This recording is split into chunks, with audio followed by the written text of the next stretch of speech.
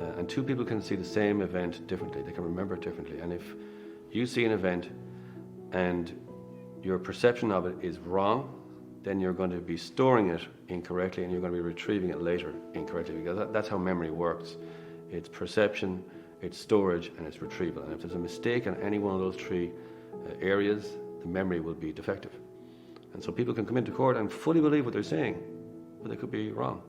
And it's happened to you and me in our own lives, where you see someone walking down the street, you're pretty sure it's them, you walk up behind them to tap them on the shoulder, and then they turn around and it's not them. Now, a few seconds before that, you thought it was them 100%.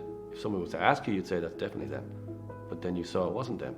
So you can see how your perception can be wrong.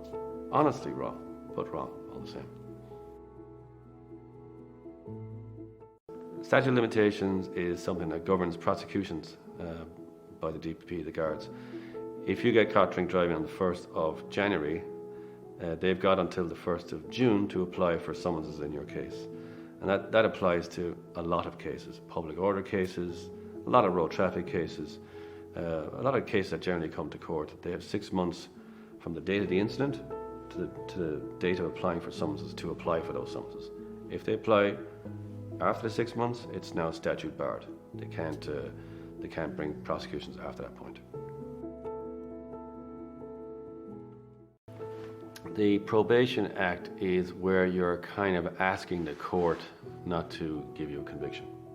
So you come into court, you plead guilty to something, a minor matter, obviously the Probation Act, which would leave you without a criminal record, isn't open to stuff like murder or things like that.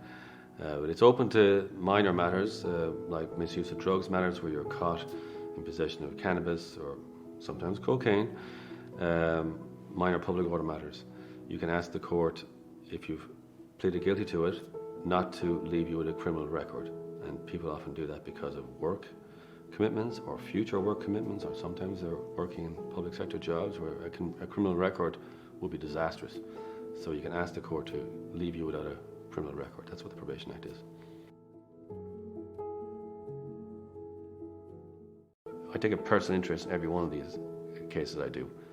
And getting the best result for a client is really important to me, because the consequences for them are huge. And I know that. And I spend a lot of time talking to them over the weeks and the months that the case is in the court system. And I understand what goes on in their lives and the consequences for them. So I work pretty hard to make sure that whatever result is achieved, it's the best one. Turning up at court and getting a judge to have a doubt about a case and acquitting your client is great. It's great because you can see it on their faces. It means an awful lot to them. They've been carrying this thing around with them for months, and to see that sense of relief is really great. That's actually the best part of it, yeah. That's great.